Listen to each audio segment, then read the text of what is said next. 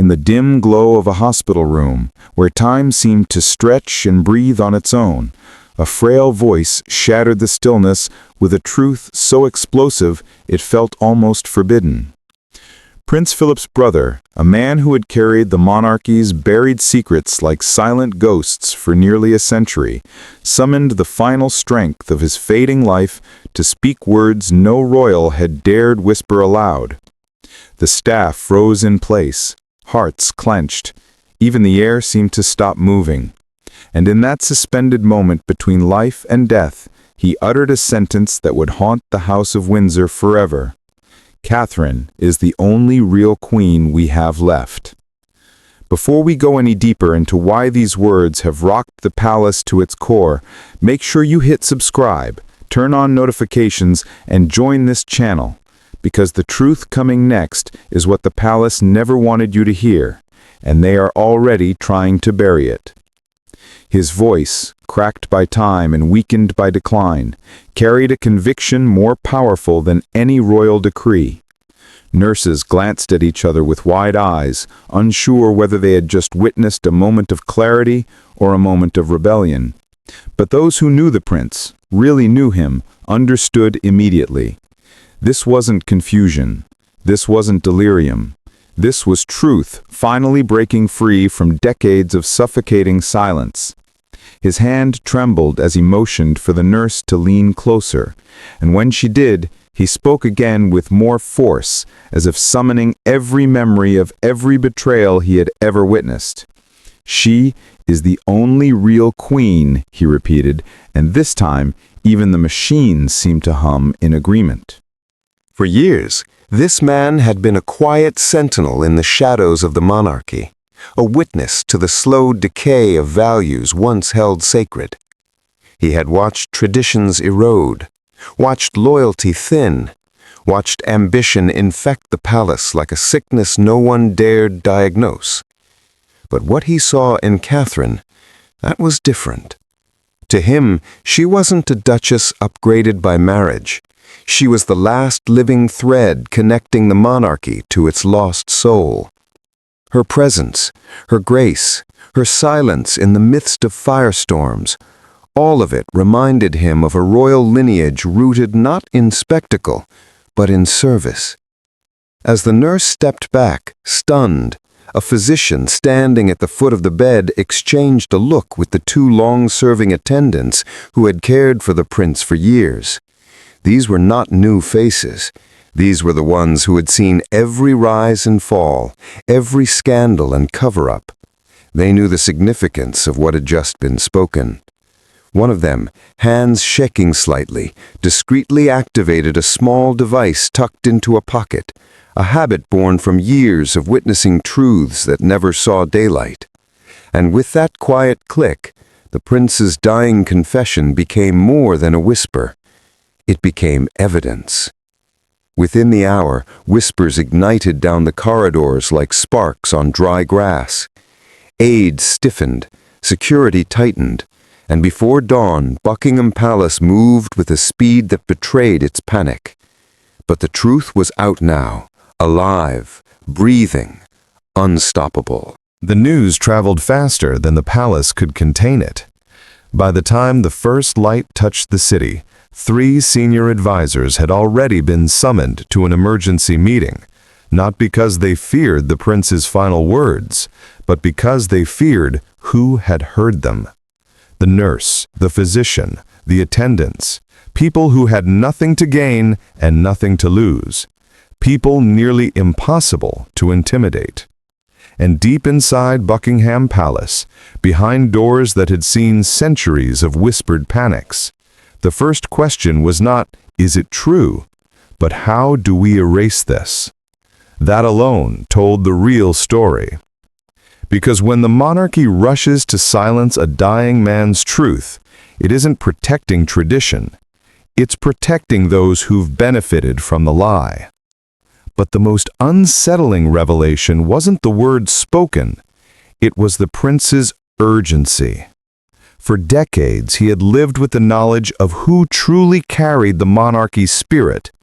yet he waited until his final breaths to say her name aloud. Why? What had he witnessed behind those gilded doors? What had he endured in private councils where decisions were traded like favors? And why, above all, did he choose Catherine as the monarchy's last anchor of legitimacy?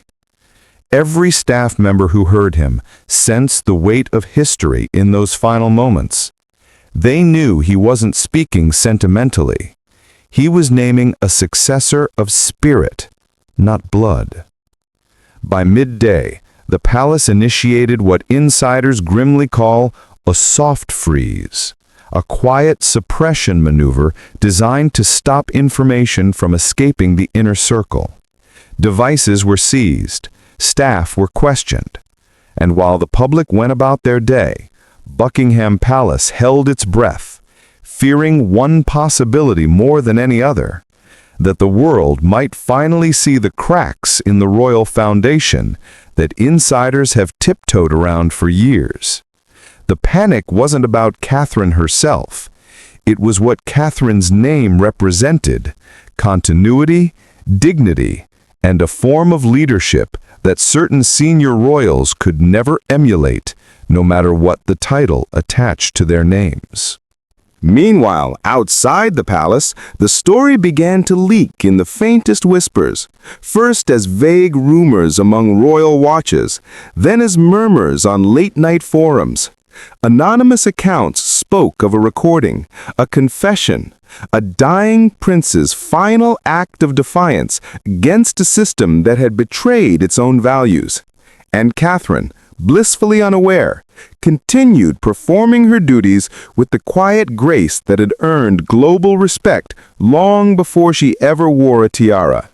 Little did she know that a storm was forming around her, not because of something she had done, but because of who she had become, the unexpected center of royal truth. As this story spreads, make sure you subscribe right now and turn on all notifications, because every new detail coming out of Buckingham is more shocking than the last. What happens next isn't just scandal. It's a battle for the monarchy's soul. And you deserve to hear it from the one channel that brings you the real inside story, with no filters and no palace-approved spin. As evening settled over the palace, the tension inside its walls became almost physical, like a storm pressing its weight against centuries-old stone. Senior officials moved through the corridors in tight clusters, speaking in low voices, each one aware that a single misstep could send the entire monarchy spiraling into chaos. But what unsettled them most wasn't the recording itself. It was what the prince's words implied. If Catherine was the only real queen, then what did that make the others? Pretenders? Placeholders? Custodians of a crown that had drifted far from its roots? Even the most loyal advisors couldn't ignore the uncomfortable truth. The dying prince hadn't spoken out of confusion. He had spoken out of clarity, earned through a lifetime of watching the crown from the inside. Downstairs, in a private security wing rarely acknowledged by the public, a team of investigators quietly reviewed the incident. Their job wasn't to confirm whether the confession was genuine. They knew it was. Their job was to determine how to contain the fallout. But as they listened to the trembling voice on the recording, even they felt something shift inside them. The prince's tone wasn't shaken or lost. It was certain, final. And in those final breaths, he spoke of betrayals, of forgotten vows, of a monarchy that had become more concerned with image than integrity. And at the center of that unraveling tapestry, he exalted Catherine, the one person who had never asked for power, never played political games, never broken faith with the public. It was devastatingly simple. The monarchy had lost its way, and he believed she was the only one capable of leading it back. Meanwhile, across the city, the nurse who had captured the recording paced her small apartment, torn between fear and moral responsibility. She knew releasing the audio could trigger a political earthquake. The monarchy had survived wars, scandals, abdications, but the truth spoken by a dying royal insider? That was something entirely different. She pressed play again, listening to the prince's fading voice, and with every word, the decision became clearer. Some truths are too important to bury, especially when they name the one person who has carried the crown with grace in a world that no longer understands what grace even means. Inside her room, she opened a secure file and uploaded the audio to an anonymous server. If anything happened to her, at least the truth wouldn't vanish. And as she did, she whispered an apology. Not to the palace, but to Catherine, who would soon be thrust into a storm she'd never asked for. Because when the world hears a prince declare her the monarchy's last true queen, nothing in the royal landscape will remain the same. And before we continue, make sure you like this video, subscribe, and turn on all notifications, because what happens next is the moment Buckingham Palace truly loses control of the narrative. The next detail is the one that sends the royal PR machine into full meltdown, and you don't want to miss any of it. By dawn, the palace had entered full crisis mode. Phones buzzed nonstop. Senior officials were yanked out of bed, and legal teams huddled in dark rooms drafting emergency protocols not used since the abdication crisis. But no amount of strategy could disguise the fear running through the heart of Buckingham. They were no longer managing a rumor. They were facing a truth spoken by a man who had spent his life inside the machinery of the crown. And the recording had already slipped beyond their reach. Across the city, in a quiet cafe where early morning customers murmured over steaming cups, the first anonymous post appeared. A cryptic message, a hint, a single line of text that sent shockwaves through royal watcher communities. A dying prince has revealed the monarchy's greatest truth, and it's about Catherine. Within minutes, forums lit up like wildfire. Speculation exploded. Screenshots spread. The palace hadn't even finished its first emergency briefing before the story escaped into the world beyond any hope of suppression. Inside Buckingham, William stood in the center of a locked strategy room, jaw clenched, eyes cold with the kind of fury born from fear rather than anger. Advisors tiptoed around him, whispering things they hoped he wouldn't hear. Words like public sympathy, legacy damage, and most dangerous of all, comparison. Because whether the palace admitted it or not, the recording made one thing painfully clear. Catherine wasn't just beloved, she was validated by someone who had lived through the monarchy's darkest secrets. And the worst part? She hadn't asked for any of it. Meanwhile, Catherine, unaware of the growing storm, sat in a small private study, sifting through paperwork and preparing for a routine engagement. Her world was calm, organized, gentle, the complete opposite of the palace spinning itself into chaos behind her back. She had no idea that her name was already trending across social media.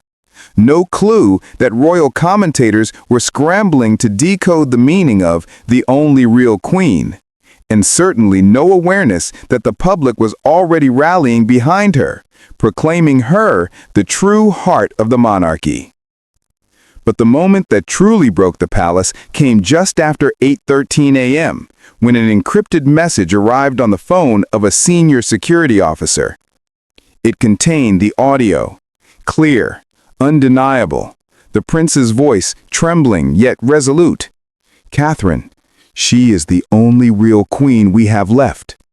And with that, any plan to deny, spin, or manipulate the narrative evaporated. Because how do you bury a dying man's truth when his last words align with what millions already believe? The palace scrambled to craft a response, but everything sounded hollow, forced, contrived. They were losing control not because of the scandal, but because the truth resonated too deeply. Catherine didn't need to fight for public loyalty. It was already hers. Catherine first sensed something was wrong when her phone buzzed twice, the pattern her private secretary used only in moments of genuine urgency. She looked up from her desk, brows knitting softly, unaware that the world outside was already turning her name into a battle cry. When her secretary entered, pale and hesitant, Catherine felt the air shift. There were moments in life when the body understands before the mind does, and this was one of them. She set her pen down carefully and folded her hands, bracing for news she didn't yet have words for. "There's something you need to hear," her secretary whispered, and Catherine's heartbeat slowed as the device was placed gently on the table before her.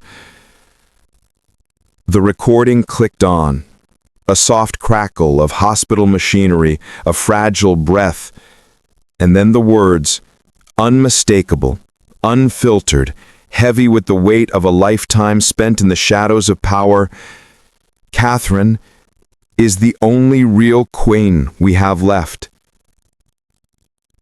Catherine's breath caught, her eyes widening, not in pride, but in heartbreak. She recognized that voice. She recognized the sincerity, and she recognized the pain behind it.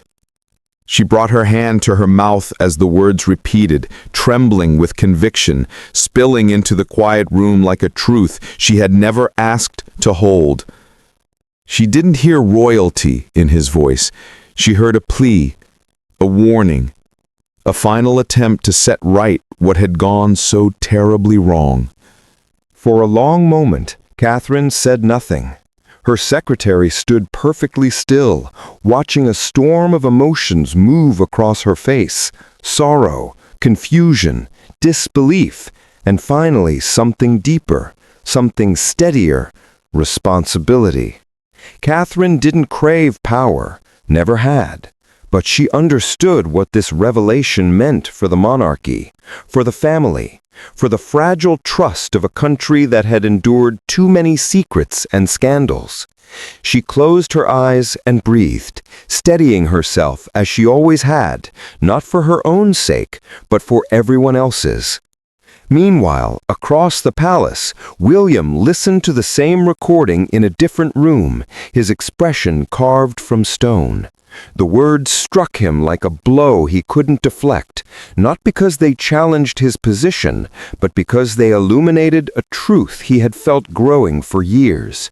Catherine was the stabilizing force he had long taken for granted.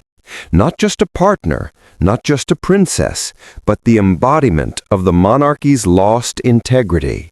And for the first time in a long time, he realized how fragile everything around him had become.